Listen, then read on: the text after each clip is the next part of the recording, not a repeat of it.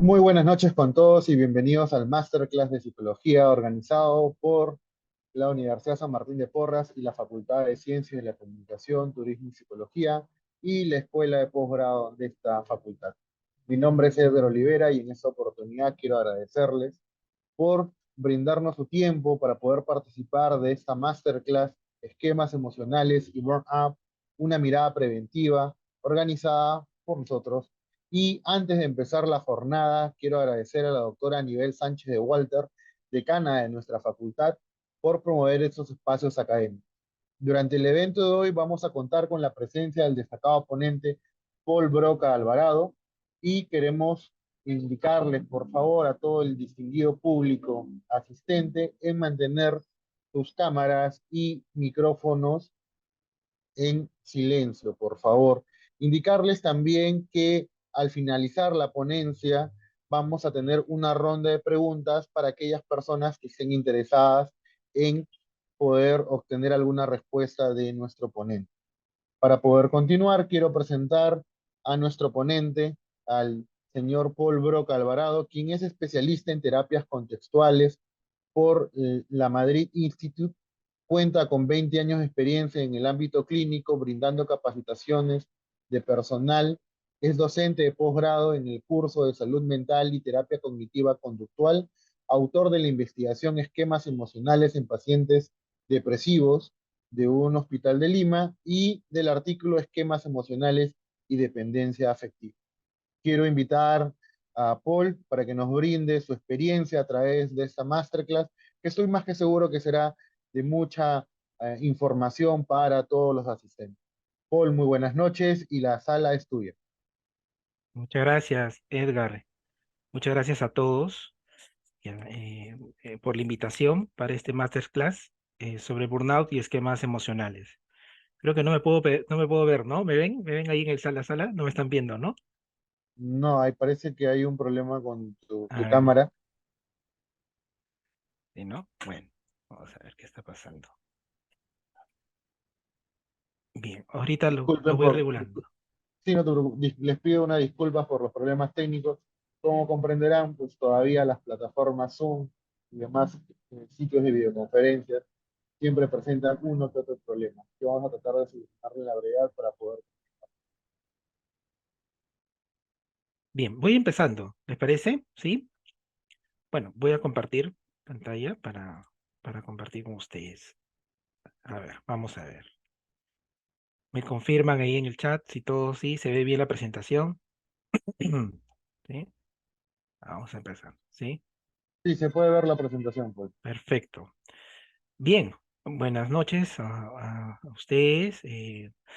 Mm, yo sé que hay participantes acá en la sala Zoom y bueno, es un tema importante hablar un poco del burnout y esquemas emocionales. Quizás por ahí no han escuchado el tema de esquemas emocionales, pero lo vamos a ir viendo un poco en este masterclass. Les voy a empezar presentando esta imagen del año pasado, eh, del diario Gestión, justamente, ¿no? Que habla sobre el síndrome de burnout, crece en Perú y más trabajadores consideran cambiar de empleo, ¿no? Entonces, y según Boomerang, mayoría de trabajadores señala que este año aumentó la sobrecarga laboral y se sienten más quemados que antes. A propósito de esta masterclass, me gustaría que si en el chat podrían decirme para ustedes qué es estar quemados, si lo han escuchado antes, y cuál creen que es una acción o conducta que es más fácil de identificar según algunas cosas que ustedes puedan conocer sobre el burnout. Para ustedes, ¿con qué palabra, en una sola palabra, pueden decirme el burnout? ¿Con qué palabras pueden estar más relacionadas? Cuando observan de repente o han escuchado sobre una persona, un compañero o alguien que haya pasado por este tema, ¿no? Para ustedes, ¿cuál es la primera impresión, imagen, palabra que me puedan comentar ahí en el chat? Muchas gracias. Ahí están comentando, ¿no? Caterín, ¿no? Desgaste emocional. Cintia, estar agotado. Agotamiento emocional, ¿no? Luis, estrés laboral. agotamiento y estrés, ¿no? Y estrés laboral. Quemado, Cecilia. Sobrecarga, dices, agotamiento, ¿no? Vamos a hacer una metáfora, ¿no? Una metáfora de lo que ustedes están mencionando. Definitivamente el trabajo implica llevar una mochila, ¿no? Una carga, una mochila con una serie de materiales, una serie de aspectos que forman parte de nuestras responsabilidades, de nuestras acciones a tomar, decisiones a tomar. Es una mochila que todo trabajador lo lleva, que toda persona que labora en alguna institución lo tiene que llevar, ¿no? Es parte de, ¿no? Es parte de. Creo que, y acá viene también un poco nuestra reflexión como psicólogos, que trabajamos en el área, en todo lo que implica, ustedes han mencionado constantemente agotamiento emocional, ¿no? Desgaste, agotamiento y desgaste. ¿Y cómo se integra un poco esto del burnout bajo una mirada de esquemas emocionales? Los esquemas emocionales están muy relacionados con la parte terapéutica, con todo lo que vendría a ser la corriente cognitiva, eh, conductual, pero básicamente bajo lo que vendría a ser nuestras propias creencias. Y el burnout, si bien es cierto, es estudiado en todo lo que vendría a ser el, la- el agotamiento, la despersonalización y todo lo que vendría a ser una afectación de un estrés crónico. eh, Nosotros tenemos que ver cómo estas cosas se presentan y bajo una mirada de ayudar a que este trabajador lleve mejor la mochila, ¿no? Lo lleve de una mejor manera para que no caiga en en una afectación de su salud, ¿no? Eh, en una afectación de su salud que prácticamente muchas veces no se realizan programas preventivos para que no se afecte a ese nivel.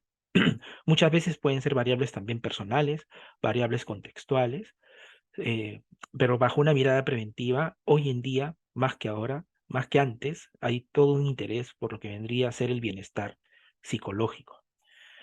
Eh, ¿Qué ha pasado después del COVID, ¿no? Por ejemplo, ¿no? ¿Qué ha pasado después del COVID? Está sobre la mesa, está sobre la mesa de herramientas para ayudar en esta mochila de la persona, del que trabaja, el que labora, cómo estar bien, cómo sobrellevar el bienestar, cómo estar más satisfecho, cómo estar más feliz, ¿no?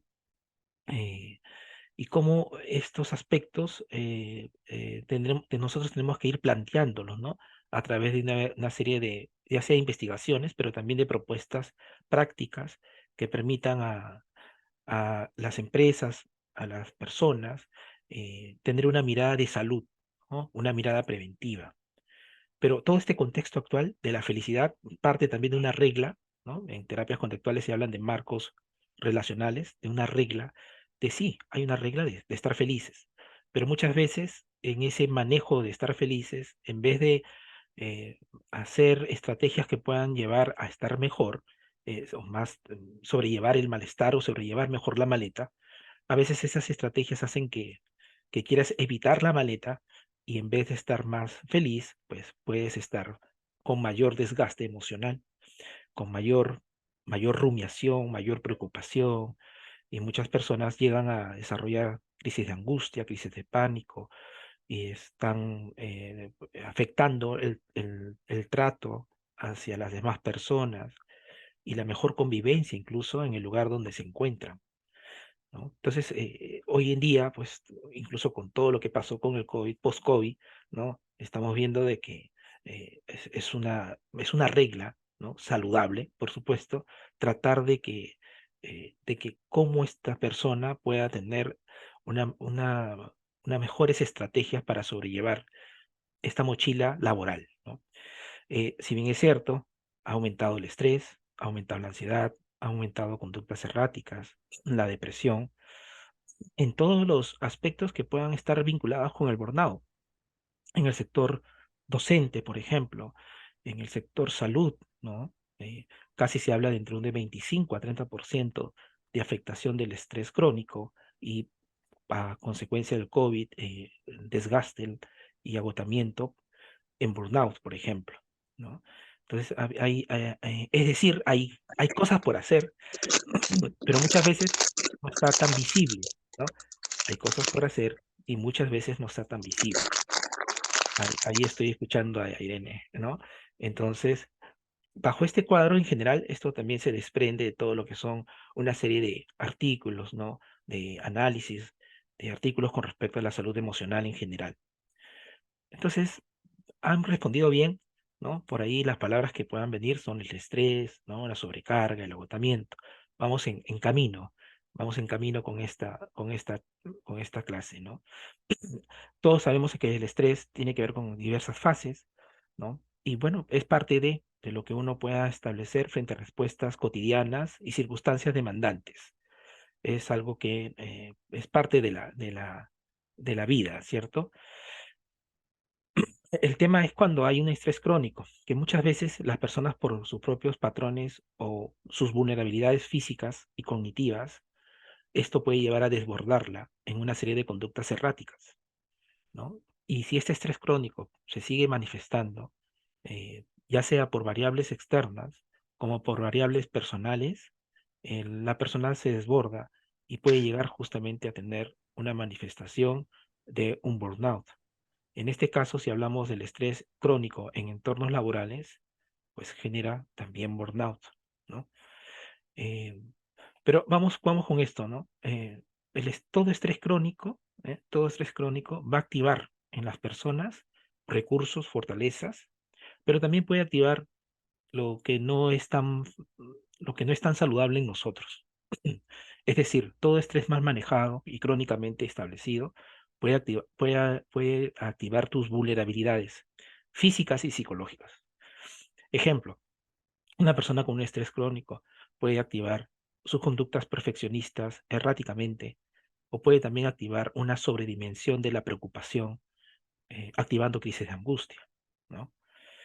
Una persona puede estar con un estrés crónico y puede sentirse más vulnerable y sentirse a veces no capaz de afrontar una serie de circunstancias, bajando su autoeficacia. Es decir, el estrés crónico hace que veas lo que tú eres vulnerable a nivel cognitivo, ¿no? Predisponentes, que tienen que ver con tus esquemas, tus patrones de aprendizajes cognitivos, ¿no? Por eso que cuando vino pandemia, algunos activaron más conductas obsesivoides o muchos también activaron hasta conductas de sentirse que no eran parte del entorno laboral o del trabajo o del grupo de trabajadores. ¿Por qué?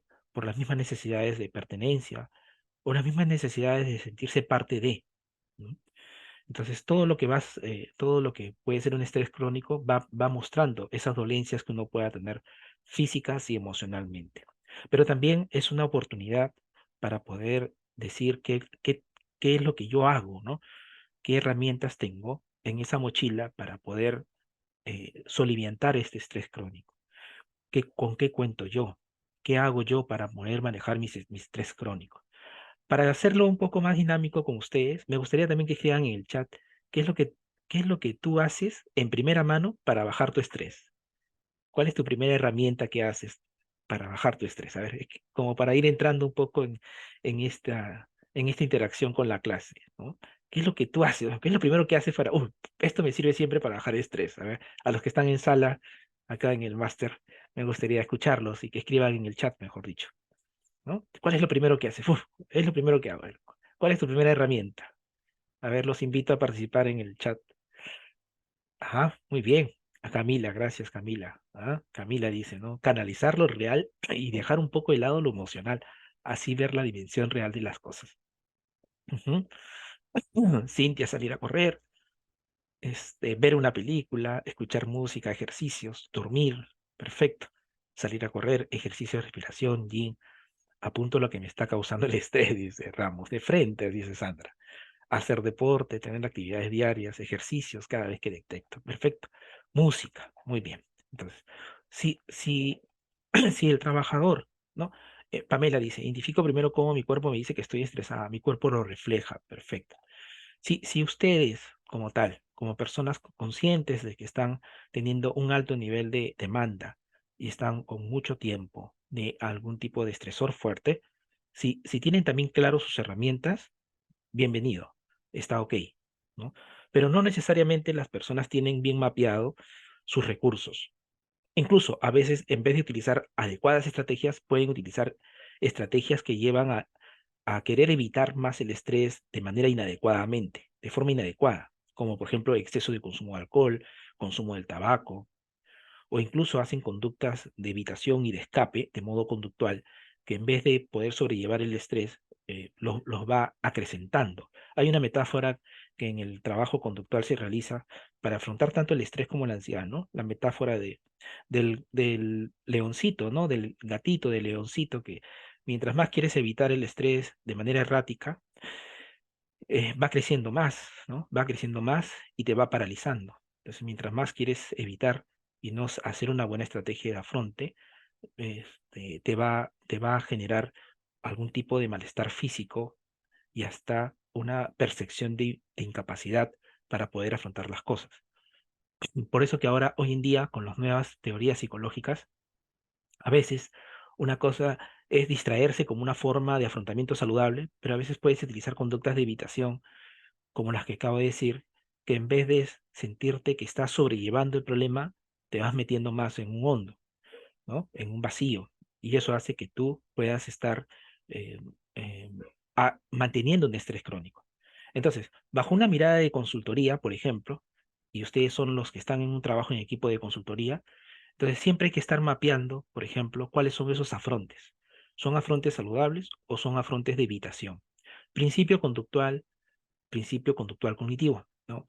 Mientras más tu comportamiento se base en evitaciones no saludables o mientras más quieras basarte en tu día a día, se basa más en agotamiento y castigos relacionados a aspectos, no hay un planeamiento de actividades gratificantes, ten cuidado, porque eso te hace más vulnerable a, a que el estrés crónico se desborde, ¿no? Entonces, mientras más te bases en conductas de evitación no saludables y el sistema de conductas, de planeamiento de actividades no es gratificante, más bien muchas veces castigador, punitivo para tu bienestar, ahí es un factor más perjudicial para alguien que quiere manejar el estrés de forma adecuada, ¿no? Entonces, esto que ustedes acaban de mencionar, el ejercicio, ¿no? Salir a correr, dormir, ¿no? Ver una película, si bien es cierto, son afrontamientos saludables. Incluso por ahí alguien manifestó de manera cognitiva, ¿no? Analizar lo real y dejar un poco el lado emocional.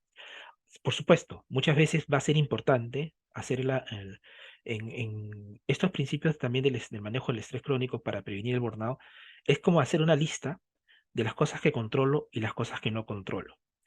Pero muchas veces la persona que cae en un estrés crónico, hay una exigencia cognitiva de controlar algo que no puede controlar. Muchas veces lo que se tiene que trabajar es estrategias de aceptación y de buscar otras alternativas de solución, ¿no? Porque si no, va perpetuándose el estrés crónico. Si hay ese estrés crónico, hay ese estrés laboral que sobrepasan tus capacidades, tus recursos, ¿no? Van generando que no manejes adecuadamente. Muchas veces el problema no es el trabajo per se, muchas veces el problema es lo que haces fuera de tu trabajo, en tus actividades, ¿no? No solamente es el trabajo per se, sino también es lo que haces fuera de tu trabajo, cómo estás sobrellevando. A veces muchas personas dicen, no, doctor, no, yo me echo a dormir, y ya no hago nada, pero cancelo una serie de cosas porque quiero descansar, pero descansas, pero luego llegas queriendo evitar el lunes, por ejemplo, y no disfrutan algunos aspectos, no han planificado actividades gratificantes. Entonces el estrés va siendo más, el trabajo se va volviendo más como algo a evitar, más que a poder buscar factores que puedan ser importantes para sentir algún aspecto de valor, tanto cognitivo como emocional, ¿no? Entonces, siempre hay que estar haciendo el inventario, ¿no? De esa mochila también que tienes tú de herramientas para sobrellevar el estrés laboral. Si no, si no hay esas herramientas y pesa más las herramientas, la carga, el exceso, y más te vas actuando en función de castigos y de evitaciones, entonces llega un nivel que estas vulnerabilidades físicas y psicológicas se activan y genera un burnout, un desgaste, ¿no? Un desgaste, una pérdida lenta considerable con el compromiso y la implicación personal en tareas laborales. Hay un agotamiento emocional, muchas veces no identificados, ¿no? Por diversas áreas. Muchas veces no está bien identificado esto, ¿no? Y a veces se pueden ver como reacciones, ¿no? altisonantes, bruscas, ¿no? Déficit de asertividad, intolerancia a las críticas, ¿no? Falta de convivencia, falta de relación adecuada con el resto, ¿no? Y esto, eh, todo lo que les estoy mencionando, si bien es cierto, son recomendaciones que a veces se hacen para el autocuidado, ¿no? Y no caer en el burnout, pero sí está investigado, por ejemplo, de que es importante, por ejemplo, el consenso, el estar trabajando en equipo, el sentirse parte en esa conexión relacional con el otro, ¿no? Porque mientras menos consenso con otros, más aislamiento y menos sensación de sentir que no conformas parte de un equipo. Y eso genera agotamiento emocional, falta de apoyo, percepción de que de que estás solo, ¿no? Y muchas veces todos estos principios, si bien es cierto, ya han sido establecidos de manera psicológica, por ejemplo, en teorías motivacionales, ¿no? De la jerarquía, de pertenencias, de Maslow, por ejemplo. Pero hoy en día, en el punto de vista cognitivista, ¿no? Todo lo que es el tema del consenso, de los esquemas este, a nivel de las relaciones, está dado, ¿no? El burnout es considerado a nivel nacional e internacional como algo que afecta justamente todo lo que vendría a ser la capacidad y más en el trabajador, ¿sí? Por supuesto que sí, ¿no? Incluso si tuviéramos que hacer comparaciones, ¿no? En Europa, por ejemplo, antes de pandemia ya estaban considerando el tema pues, del equilibrio entre lo que vendría a ser el aspecto laboral con el aspecto personal, ¿no? Y las corrientes últimas, por ejemplo, que tienen que ver con el tema de cómo mejorar estas estrategias, están siendo cada vez más fuertes en Perú. El tema del bienestar, por ejemplo, de la psicología positiva, del flow, de todo lo que vendría a ser, incluso aplicaciones de la terapia de aceptación y compromiso en temas laborales todavía no están establecidas. Pero me voy a adelantar a tu pregunta, pero ya hay trabajo de investigación que lo comparto aquí, ¿no? Por ejemplo, para que lo vayan adelantando un poco, a propósito de sus preguntas, y hay trabajos de investigación, por ejemplo, de aplicaciones de la terapia de aceptación y compromiso para reducir el burnout, por ejemplo, en otros países, ¿no? Hayes, ¿no? Americano, en Inglaterra, Lloyd, y hay un esquema que les voy a mostrar después, que incluso se trabaja para poder conectar al trabajador con esto que a veces podemos identificar que puedan estar perjudicando, como son, por ejemplo, todo lo que son sus faltas de logros personales o una sensación de que no hay cuando ustedes ven una falta de logro personal, sabemos que los propósitos, las metas son importantes, pero la pregunta es cómo hacemos para poder, digamos, mapear esto, ¿no? Y seguir reforzando esas metas valoradas en los trabajadores, en las personas. Hay mucha documentación de análisis, hay mucha documentación de reportes, de investigaciones, de correlaciones, ¿no? Lo que faltarían más son programas, ¿no? ¿Qué hacer frente a estas circunstancias, ¿no? Sí hay reportes de qué hay que hacer en muchos aspectos, por supuesto, pero en base a programas establecidos, falta más producción, programas establecidos, ¿no? Programas que hay que realizar, ¿no? Para ir dándole forma a estas preguntas, Oriana, por ejemplo, pregunta, ¿no?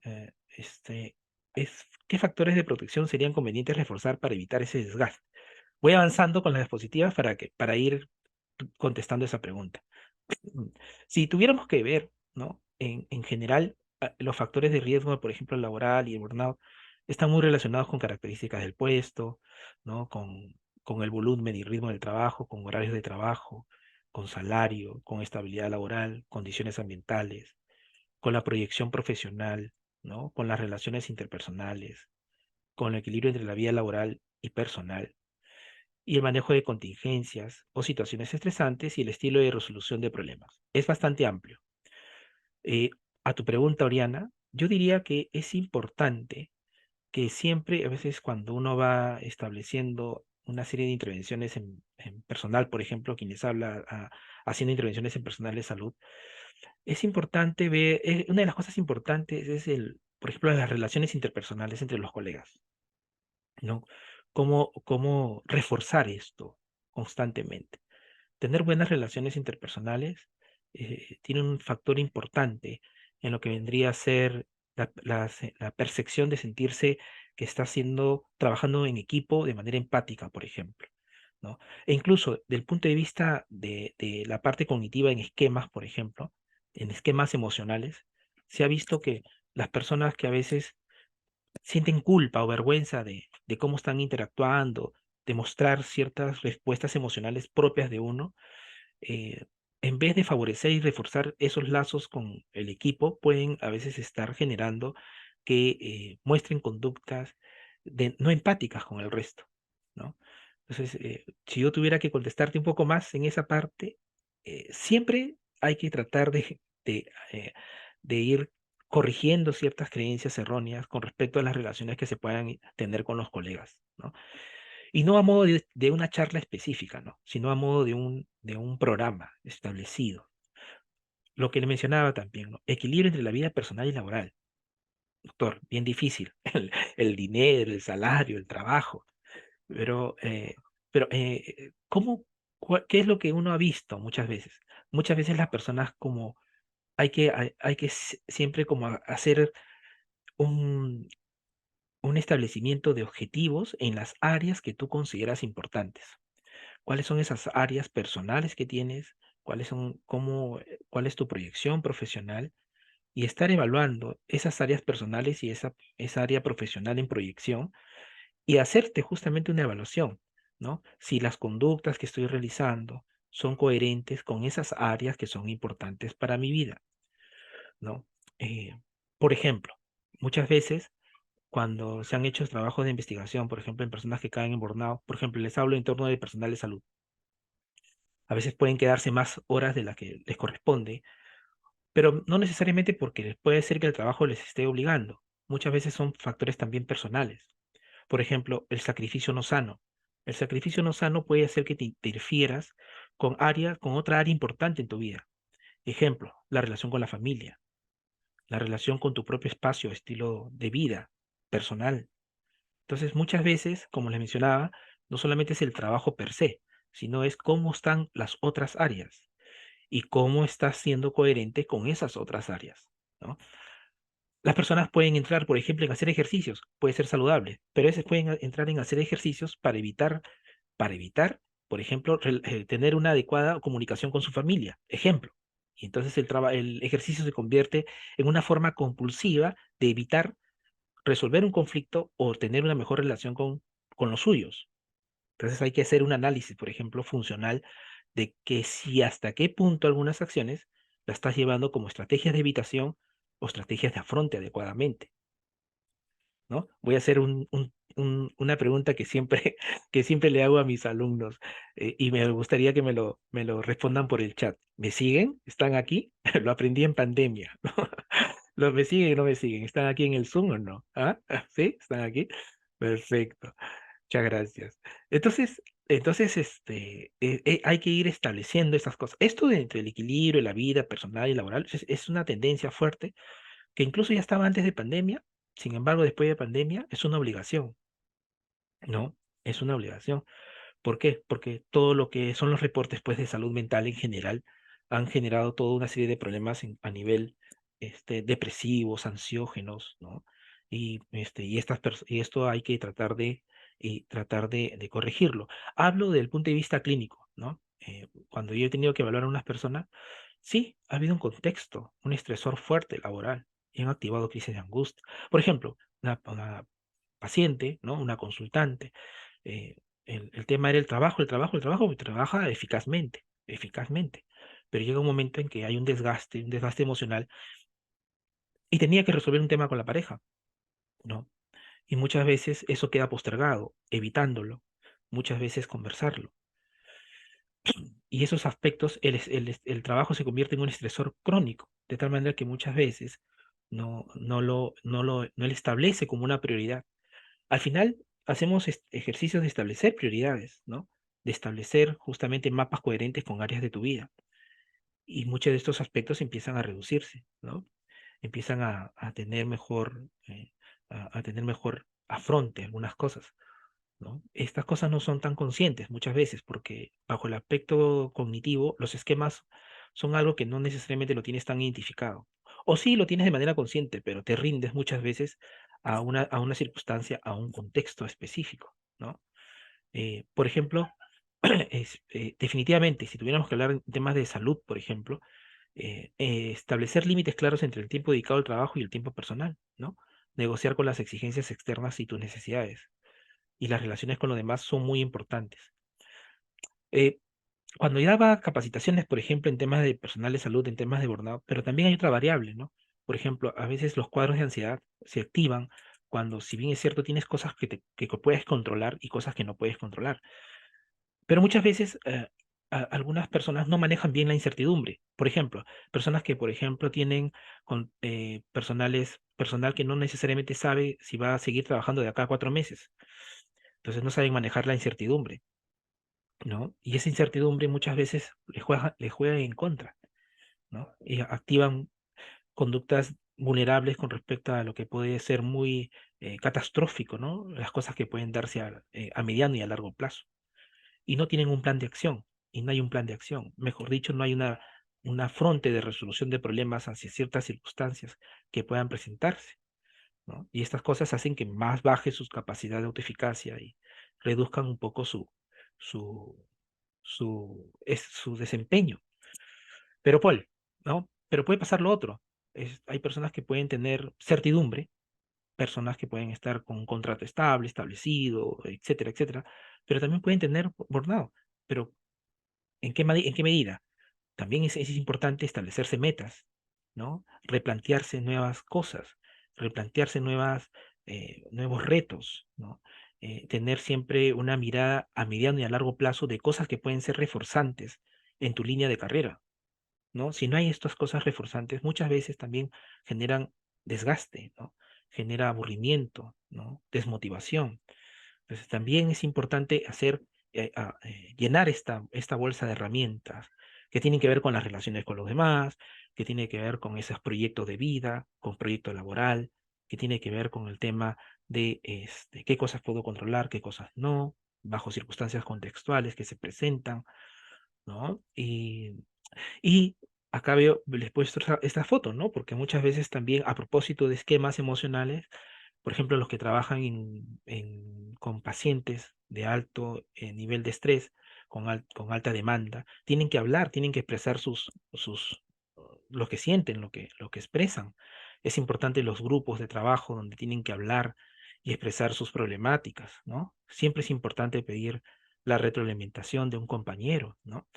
De que te observe, de que te dé un feedback, una retroalimentación, ¿no? En algunos contextos laborales no hay eso, ¿no? Y eso es una norma, ¿no? Más incluso a las personas que trabajan en intervención en crisis. Tienen que haber una vez a la semana reuniones grupales donde expresen lo que sienten, ¿no? Expresar circunstancias que están pasando, agobiándoles, ¿no? eh, Cada día más, incluso hasta la terapia de compasión, ¿no? De Gilbert, la terapia de aceptación y compromiso, la terapia de esquemas emocionales, todo lo que vendría a ser las tendencias a que uno acepte, ¿no? Acepte algunas cosas que puedan pasar, pero también que sienta el apoyo, el consenso, ¿no? El soporte, es un factor protector, es un factor protector en el tema de burnout, ¿no? eh, Más bien la tendencia a estar solos, ¿no?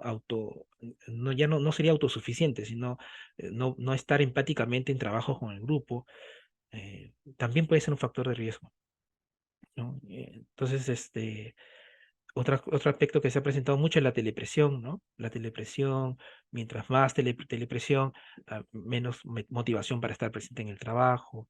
Y hemos visto que el sueño, hoy en día se recomienda, ¿no? Higiene del sueño, ¿no? Higiene del sueño, miren, a qué hemos llegado. Higiene del sueño, porque estamos en una tendencia fuerte de estar más hiperconectados, ¿no? Y no poner límites justamente con el tema hasta en esos aspectos laborales. Entonces todo eso genera también un agotamiento, ¿no? Un tema de perjuicio, ¿no? En tu salud y en tus afrontes, ¿no? Por eso que ahí veo en el chat que si la mayoría hace deporte, excelente, ¿no?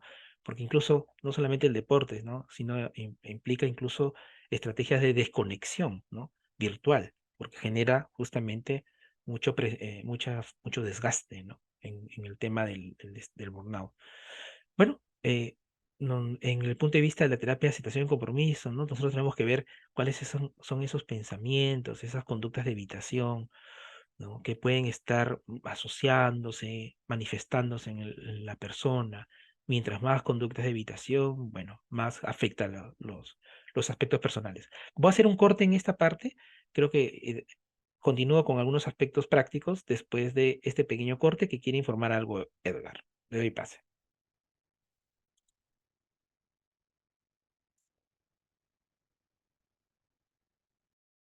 Muchísimas gracias, Paul.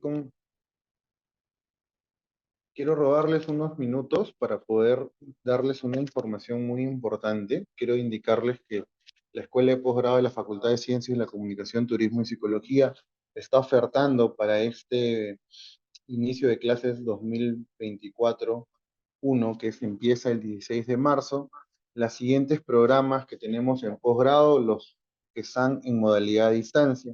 Contamos con el doctorado en psicología, somos una de las 3 universidades a nivel nacional que contamos con este doctorado y donde vamos a enfocarnos en el manejo de teorías y técnicas avanzadas en la investigación cuantitativa y cualitativa para el campo de la psicología como tal. También contamos con una maestría muy especial, que es la maestría de psicología clínica en niños, donde nos va a poder conocer herramientas que nos van a permitir la evaluación, diagnóstico, intervención y prevención para la problemática de los infantes, ¿no? Es una maestría que verdaderamente tiene mucha aceptación en el mercado y que los alumnos están muy satisfechos con las clases impartidas en este programa de posgrado. Y también contamos con una maestría en psicología del trabajo y las organizaciones, muy importante para las personas que quieren afianzarse en el mundo de las organizaciones tanto públicas y privadas y ver todo el desarrollo de la parte organizativa y la parte humana, donde van a conocer herramientas e instrumentos claves para poder gestionar a los colaboradores, a los trabajadores, a las personas que están dentro de las organizaciones. Queremos indicarles también que somos una universidad con más de 60 años de trayectoria educativa, tenemos una inversión competitiva y tenemos 10 programas especializados en las áreas particulares de comunicación, turismo y psicología.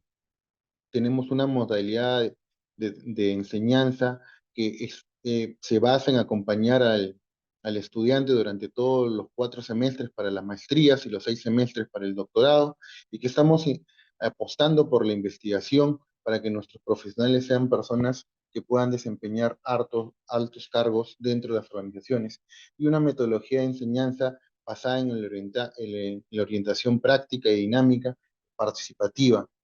Queremos invitarlos a todos ustedes a poder escribirnos, a algunos que estén interesados, al chat para poder brindarle mayor información. De igual forma van a compartir un link para que puedan brindarnos sus datos hacia afuera, para que un asesor se pueda comunicar con ustedes y mostrarles alguno de sus programas de interés. Queremos invitarlos también. Indico que vamos a iniciar clases el 16 de marzo de 2024 y aquí les dejo el portal de información donde pueden encontrar mayor data sobre nuestros programas de psicología. Muchísimas gracias por ese tiempo y continuamos con la exposición del docente Paul.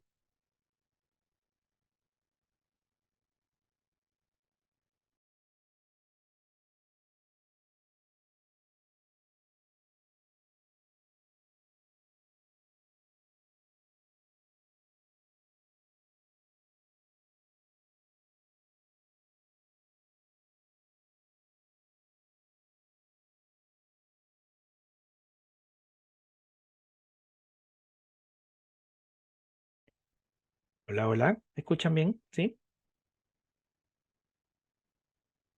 Sí, Muchas gracias. Bien, bueno, entonces estamos viendo que, por ejemplo, ¿no? En algunos aspectos del trabajo, por ejemplo, en prevención del burnout, hay trabajos relacionados con respecto a la terapia de aceptación y compromiso para justamente flexibilizar ciertos patrones, reglas, ¿no? Que llevan al burnout en personal en general, ¿no? Ac- Aquí les comparto esta diapositiva. Serenidad para aceptar las cosas que no puedo cambiar, el valor para cambiar las cosas que puedo y la sabiduría para reconocer la diferencia. Entonces acá hay una serie de aspectos que se han visto en diversos trabajos de correlación, por ejemplo, ¿no? A mayor flexibilidad psicológica, hay mayor aceptación. Valores, es algo en el lenguaje de la terapia de aceptación y compromiso, está muy relacionado con refuerzos a mediano y a largo plazo. Qué importante es tener una proyección, justamente, ¿no? Claro, esto uno nos hace pensar, profesor o Paul, esto también se ha tocado cuando se hacen en programas, en muchos programas de intervención en manejo del estrés, propósitos, metas, ¿no? Sentido de vida, de un corte humanista, ¿no? Eh, en el lenguaje de la terapia de aceptación y compromiso está relacionado con refuerzos a mediano y a largo plazo. Incluso este trabajo está también relacionado, estos aspectos están relacionados con esas metas, ¿no? Propósitos, metas, motivaciones que uno pueda tener. Otro aspecto importante es que cuando se trabaja la flexibilidad psicológica, el trabajo de la conciencia presente, ¿no? Que en el lenguaje del app también algo hay relacionado con el tema del mindfulness, ¿no? Que es la conciencia presente. Los trabajos de mindfulness en la conciencia presente en el app están muy relacionados, incluso a veces cuando yo veo que hay trabajos también de flow, ¿no? En el área de psicología positiva, está relacionado con estar conectados, ¿no? Con las cosas, pero no solamente conectados, sino conectados con cosas que son para ti importantes. No solamente es estar conectados per se, sino conectados con cosas que son importantes. Yo creo que ahí está nuestro trabajo también en hacer clarificar como si fuera una linterna, ¿no? Que escoja las herramientas o que escoge el camino más valioso para la persona, en qué cosas sí son importantes, ¿no? Muchas veces no los tienen bien claros, ¿no? En el día a día.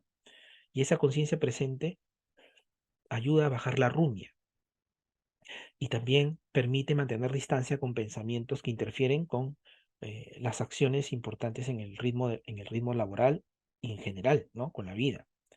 La flexibilidad psicológica está muy relacionada con la regulación emocional, claro, porque no te activas fácilmente con algunas reglas. En el lenguaje cognitivo se llama creencias irracionales. En el lenguaje del app se llaman reglas, ¿no? Reglas que pueden estar llevándote por patrones de comportamientos evitativos, más que por patrones de comportamientos basados en valores.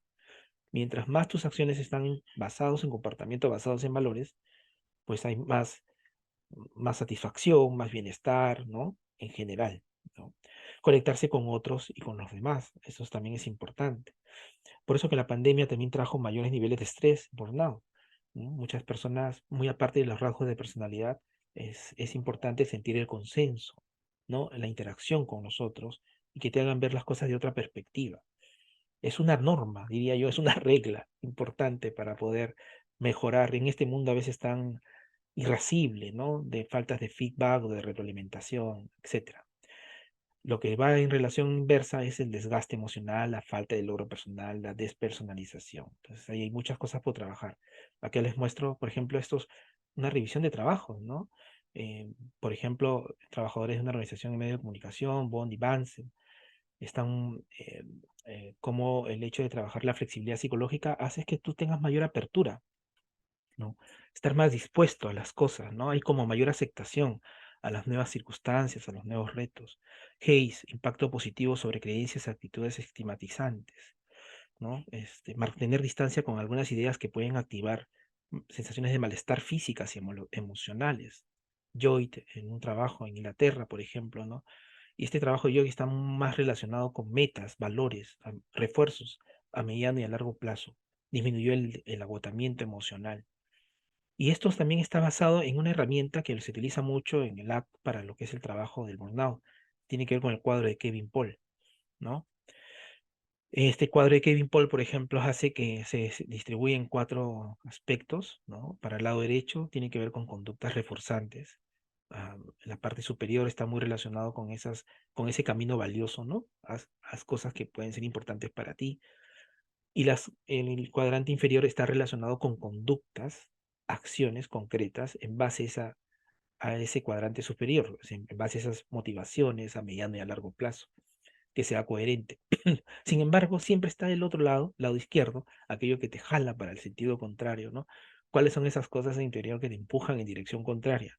En este lado está todo lo que vendría a ser la rumia, tus creencias irracionales, no manejar bien la preocupación, y en el lado izquierdo, conductas de evitación, ¿no? Inadecuados afrontes, estrategias no saludables, que justamente te apartan de eso. Si pesa más el lado izquierdo, bajo una metáfora, ten cuidado, ¿no? Porque si pesa más el lado izquierdo, es que no estás yendo por un camino y tampoco se busca una felicidad absoluta, por supuesto, pero sí un camino más tolerante, ¿no? Un camino más llevadero, de sensaciones donde vayas activando más refuerzos en tu vida, en tus aspectos personales, ¿no? Estas cosas hay que mapearlas constantemente, ¿no?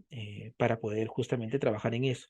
Y hay una tendencia fuerte, como le dije, en todos los aspectos: psicología positiva, terapia de aceptación, la compasión, ¿no? Que ayudan justamente a poder contribuir y dar mejores herramientas. De modo más preventivo, faltan muchas cosas, por supuesto, pero para eso estamos también tratando de difundirlo, ¿no? Y diversas estrategias en el ad, como por ejemplo clarificando valores, ¿no? El jardinero y su jardín, siempre ejercicios que te hagan a ti reflexionar cómo estás en diversas áreas personales y en tu vida, ¿no?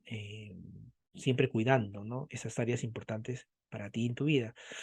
Cuando a veces hacía intervención, por ejemplo, con enfermeras, ¿no? Muchas a veces descuidaban su salud, ¿no? Entonces es una paradoja, pero una de las cosas que más descuidaban era su personal de salud, su propia salud física, por ejemplo, ¿no?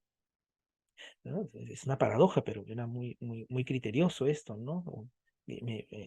Descuidaban sus análisis, sus rutinas de chequeo, ¿no? Y estas cosas pues van en decremento de la salud misma de la persona, ¿no? ¿En qué cosas estás descuidando? ¿Cómo están esas plantas? ¿Las estás cuidando? ¿Cómo está el tiempo para ti? ¿Cómo está el tiempo con los demás? ¿No? ¿Cómo está el tiempo de tus planes, de tus metas? ¿No? Es como una metáfora importante de autocuidado, ¿no? De autocuidado, justamente, de autocuidado emocional, de autocuidado, como estrategia de autocuidado, ¿sí? ¿Cómo vas manejando tus pensamientos? ¿No? Hoy en día manejar la rumia se convierte en una variable transdiagnóstica. La rumia está en todos lados. Es una variable transdiagnóstica. Ya no es exclusividad solamente del clínico. Es una exclusividad de todas las áreas psicológicas, porque estamos en una tendencia fuerte de cómo esto está presente en una serie de manifestaciones clínicas, ¿no? Y clínicas y subclínicas también, ¿no? Porque estás distraído, no estás concentrado, no estás atento, ¿no? Estás muy distraído y más aún con el contexto actual, es más probable que te distraigas más, que estés más conectado con cosas. Entonces, no dejes que el invitado no deseado invada. ¿Qué técnicas, Angélica, para contrarrestar la rumia? Por ejemplo, cuando, cuando se trabaja esta técnica, por ejemplo, el invitado indeseado, estás trabajando la rumia, porque es como que puedas observar tus pensamientos, tus ideas y tus preocupaciones, pero más distraído vas a estar si no tienes más claro cuáles son esos valores, ¿no? Y esos valores implican siempre estar como conectándote con las cosas que pueden ser importantes y refuerzos a mediano y a largo plazo. Si no hay refuerzos a mediano y a largo plazo, es más probable que siempre reacciones conductas de evitación, te distraigas, entres en conductas de dormir exageradamente, entres en conductas de distracciones sin ningún sentido gratificante, ¿no? Pero también hay ejercicios como, por ejemplo, el ver los pensamientos como pensamientos, ¿no? Como invitados en el bus, ¿no? De la ruta en la cual tú vas, ¿no? Entonces, las estrategias actuales no solamente es de reestructurar el pensamiento, sino también observarlos, pero siempre teniendo en cuenta de que en estos pasajeros que suben, esos pensamientos inadecuados, como también pensamientos que uno puede decirse, vamos, que tú sí puedes, pero al final hay una serie de acciones, una serie de acciones. Conductualmente hablando, hay que hacer nuestra lista de acciones coherentes en función de esas metas. Podemos pensar muchas cosas, pero lo más importante bajo un enfoque es qué acciones estoy realizando, cuáles son las actividades coherentes en función de esas cosas que me ayudan, ¿no? ¿Por qué te pegas con los pensamientos? Ejercicios para hacer ejercicios de mantener distancia. En el AC se llaman ejercicios de difusión, ¿no? Es tratar de aprender a observar tus pensamientos, ¿no? Un ejercicio simple a veces es escribir en un papel y ponértelo en el bolsillo, pero seguir haciendo lo que consideres importante, ¿no? Entonces, tratar de hacer esos ejercicios ayudan a mantener distancia con con los pensamientos, ¿no? Ver los pensamientos como nubes, ¿no? Como que están ahí, ¿no? Sin embargo, siempre estar atento a las cosas que tengo que ir haciendo, ¿no? Pensamos muchas cosas, ¿no? Y bueno, y también y tratar de identificar, hacer la lista de cosas que te llevan a evitar, una lista de actividades que son evitativas, más que coherentes con las cosas que tienes que hacer, que van en función de que tú disfrutes, ¿no? Que tú vas disfrutando. Bueno, son una serie de ejercicios realmente, pero lo que también les recomiendo es que hagan mira, la gran lista de actividades gratificantes. Lo recomendamos, se recomienda en intervención en depresión, como técnicas derivadas de las técnicas operantes. Pero también se recomienda hasta en Seligman, que Seligman tuvo su historia clínica propiamente dicho antes de hacer la psicología positiva, hasta en lo que vendría a ser actividades que pueden ser de disfrute, placenteras, actividades que son importantes, habilidades para ti, habilidades que sepas, y actividades con propósitos, ¿no? Con significados. Ya, la gran lista de actividades gratificantes. Eh, ¿La tienes? Lo tienes mapeado, ¿no? Lo tienes mapeado, o solamente lo haces cuando tienes una crisis, o cuando tienes un problema, o cuando estás con un nivel emocional o motivacional bajo. Bueno, usualmente la gente tiene la cultura de la intervención, no de la prevención o o el mantener conductas saludables, ¿no? Usualmente lo hacen cuando están en una circunstancia más vulnerable o de declive, pero no hay una rutina constante, ¿no? Incluso esto está muy relacionado hasta con la activación conductual, ¿no? La activación conductual, si bien es cierto, incluso se trabaja para depresión, pero a nivel también de actividades preventivas hay que realizarlas, hay que hacerlas. Acciones que son acciones que tú planificas tus actividades y cómo estas actividades están en función de esas cosas y áreas que son importantes para ti. Si te gusta el trabajo, bueno, disfrútalo, haz actividades, pero a veces no solamente es la acción, quizás hay que replantear el significado de esa acción, ¿no? Al conectarlas con otros aspectos que puedan tener un mejor propósito para ti, ¿no? O simplemente quiero hacer ejercicios, quiero salir con mis amigos, quiero mis amigas, qué sé yo. Bueno, son actividades gratificantes, pero pero también están relacionadas con una área. Por ejemplo, a veces hay personas que se van dando cuenta que no solamente era salir a caminar, era, por ejemplo, estar conectados con la naturaleza. O no solamente era salir a pasear con su perro, sino era que disfrutan y son importantes el cuidado de las mascotas, etcétera, etcétera, ¿no?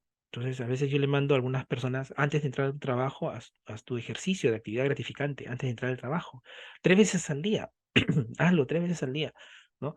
O en la noche, cuida, higiene del sueño, no acabes en la noche con el trabajo, ¿no? Acaba con algo que te conectes y que sea relacionado con algo para ti importante. Por ejemplo, ¿no? Observar a tus hijos, ¿no?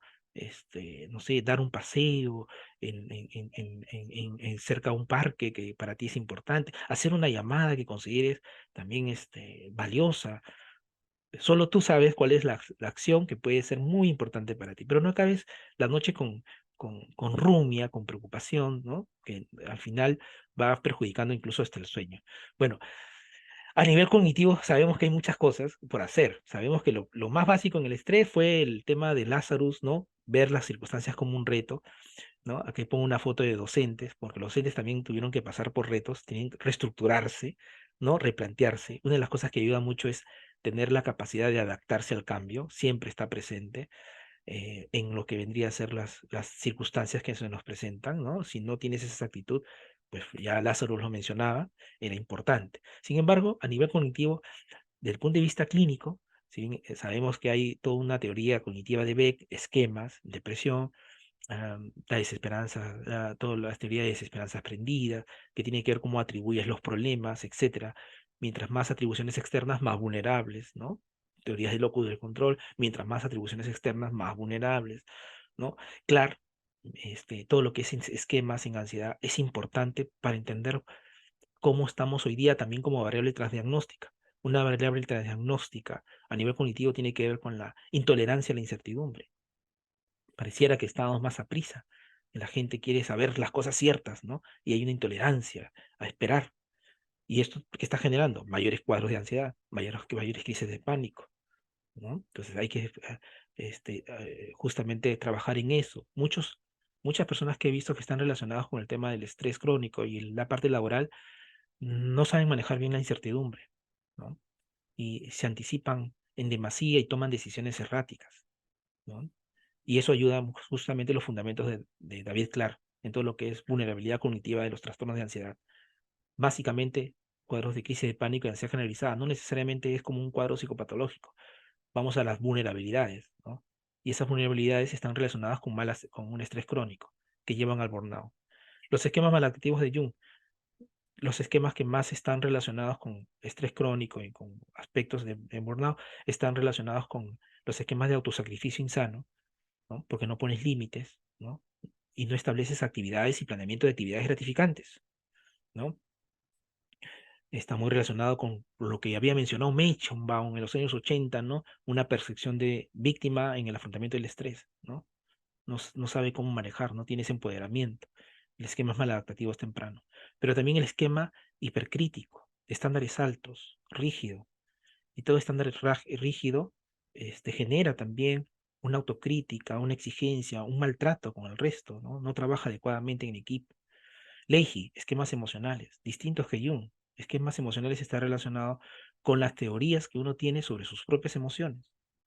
Culpa y vergüenza se encuentra en depresión, pero más se encuentra en ansiedad, más se encuentra en ansiedad, rumiación, ¿no? Estamos en una sociedad más rumiativa y menos comprensión de lo que una persona está sintiendo y experimentando, ¿no? Una visión simple de las emociones. Estamos en una conducta de, no, sí hay que estar atento a lo que estamos sintiendo. Las emociones están relacionadas con las cosas que tú con las cosas que necesitas. Si tú actúas de manera, si tú estás en un lado muy automatizado, pues estás reforzando una postura rígida, ¿no? Menos humana, menos de autocuidado. Entonces, hay que competir, pero compite, pero haz tu pausa. ¿Quieres correr? Llegar a la montaña, pero toma agua, haz tu pausa, ¿no? Entonces las personas parece que estuviéramos que enseñando a algunas personas, y a veces corren y están perjudicando un área en su salud, como su propia salud física.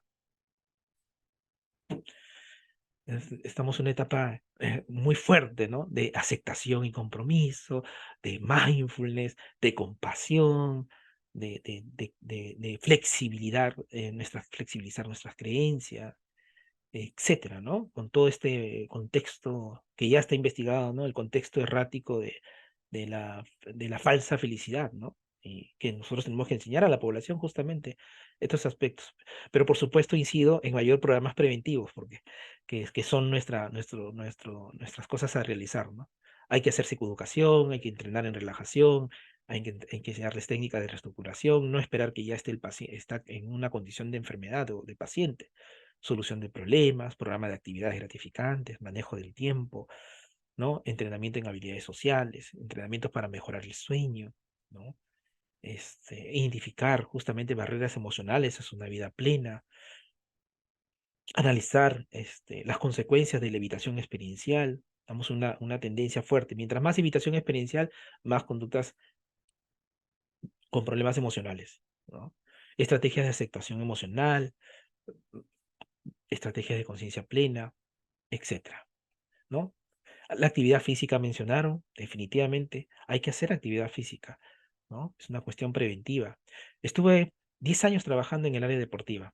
A mí me gustaba trabajar en el área deportiva porque trabajaba a la par, en la parte clínica y en la parte preventiva. En la parte clínica, mis pacientes con depresión, trastornos de personalidad, problemas de ansiedad y todo, ¿no? Pero luego en la tarde y fines de semana estaba trabajando en una entidad muy conocida en la parte deportiva. Caramba, veía a los jóvenes, ¿no? Cómo hacían y a los profesores también, ¿no? Y hacían su actividad física y todo, etcétera, ¿no? Y se acostaban temprano, esperaban al día siguiente la rutina del trabajo, ¿no? Y muchos de ellos estaban con alto vigor, ¿no? Y después vi algunas investigaciones con respecto a la parte de la psicología deportiva y lo que vendría a ser la salud mental, ¿no? Y todo lo que implica la actividad física está, incluso en artículos de TCC, 80% de recomendaciones en problemas de ansiedad, de pánico, está muy relacionado con la práctica del deporte. Y también en investigaciones en la parte de actividad física, alto vigor estaba muy relacionado con una percepción de optimismo, un buen manejo de la fuente del estrés, ¿no? Aumenta el vigor. Yo decía, aumenta el vigor, voy a hacer deporte, va a aumentar el vigor, ¿no? Porque estaba en correlación inmersa con el estrés, ¿no? Y esa percepción del vigor, bueno, ustedes saben que es una percepción de bienestar, ¿no?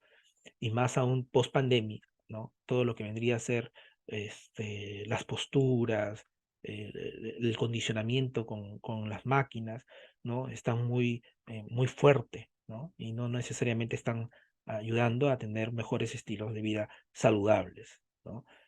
Bueno, siempre acabo esto con alguna metáfora muy importante, ¿no?